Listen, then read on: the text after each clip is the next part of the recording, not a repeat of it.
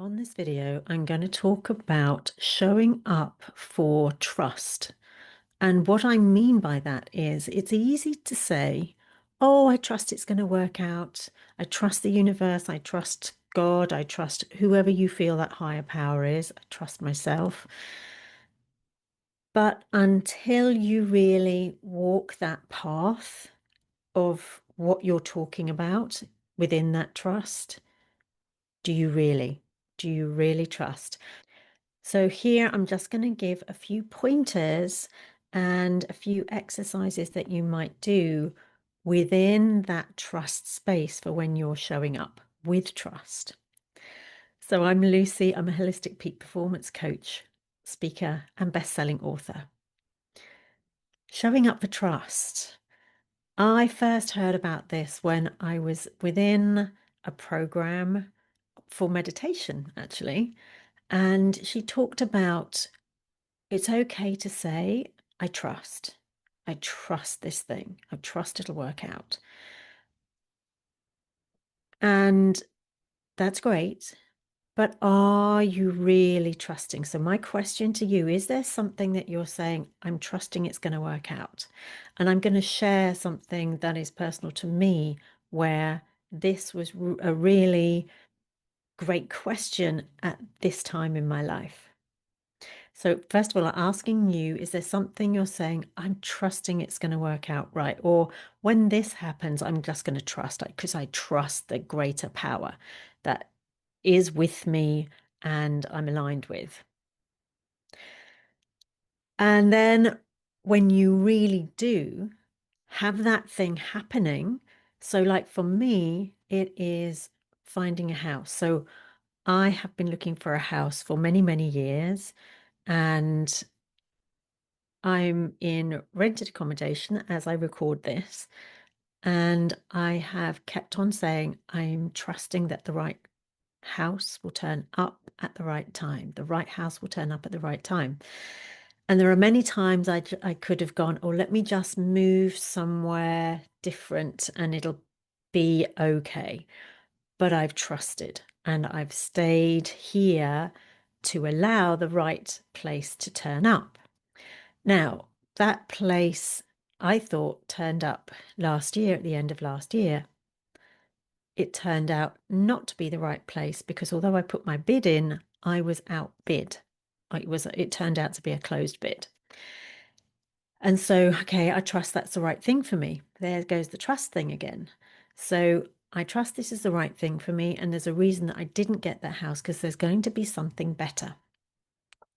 Sure enough, so that was in December, and we heard about the bidding in March, I do believe.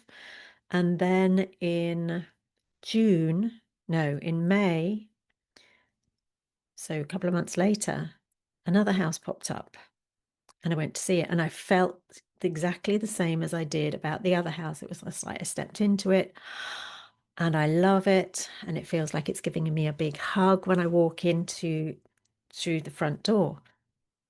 Not perfect. It's not beautifully done and everything's absolutely as it should be. And it's not got this beautiful modern layout and everything's clean and clear cut. It's not that kind of, oh my goodness, I feel this feeling. And so I was very much in alignment with that house. I am very much in alignment with that house. And then afterwards, the doubt steps in. The logical mind steps in and starts to nag away with all the things that need doing and the cost that it's going to be. And what about this? And what about the insurance? And what about moving? And now you've got to pay something else. And are you sure? Isn't it too big? Or is the garden the right size?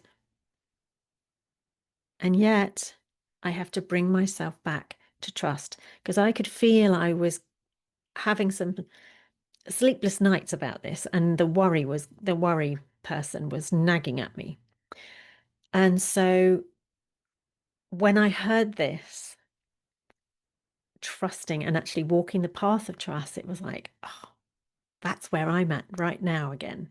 I've got to walk the path of trust. So my word for the moment is trust. Trust. I trust that feeling that I felt. I know that was the feeling I've been looking for again since the previous house. I know that's the feeling I want to have when I walk into a house that I'm going to be purchasing. And one of the things, if you've got to that stage and you are panicking a bit and the doubting mind is taking over, one of the things to do is very, very simple. So you can grab hold of this at any time. It's box breathing. And you may well have heard of it and you might think, oh yeah, that's cool. However, how is that going to help me? It's going to help you in two different ways. So box breathing, first of all, if you don't know, it is the same number of breaths in to hold, out, and to hold. So for example, let's say it's 7 seconds in, then you hold, 7 seconds out, then you hold your breath, and then you start all over again. And you can start at 4 seconds and move to 5, 6, 7, 8, 9, 10, 11, 12, as far as you want to go, as far as you can go. What this is doing is when you're breathing in, it's fine. When you're holding your breath, once it gets longer, you go into that fight, flight, or freeze feeling because you're not breathing. And then letting it out for the same number. And then you're doing it again and you're holding and you're going into that panic mode of fight, flight, or freeze feeling. And what this is going to teach you to do, especially when you have to slowly, after you've been holding your breath, slowly breathe in for that same amount of time, because you're still going to be feeling that fight, flight, or freeze response, is that you have to bring focus to that fear. You have to focus through that fear. And when you can start to do that in your life and stay focused through the fear, that is amazing. Why is that amazing? Because you're not going into fight, flight, or freeze. You're going into focus. You feel that feeling. You've trained your body to go into focus instead of that stress response. And because you've done that, there is also a payoff. And that payoff is productivity. Because before I was doing that, when I was going into my little panic mode and the worry was setting in, I couldn't settle down to things. My head was going off and I was, shall I call this person? Shall I speak to somebody else? Should I not do this?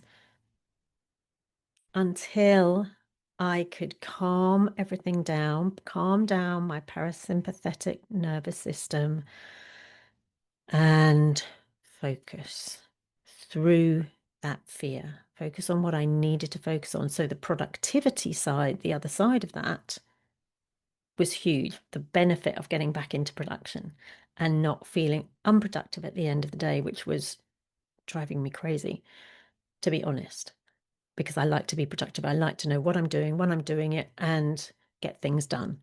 And that's the way that I work.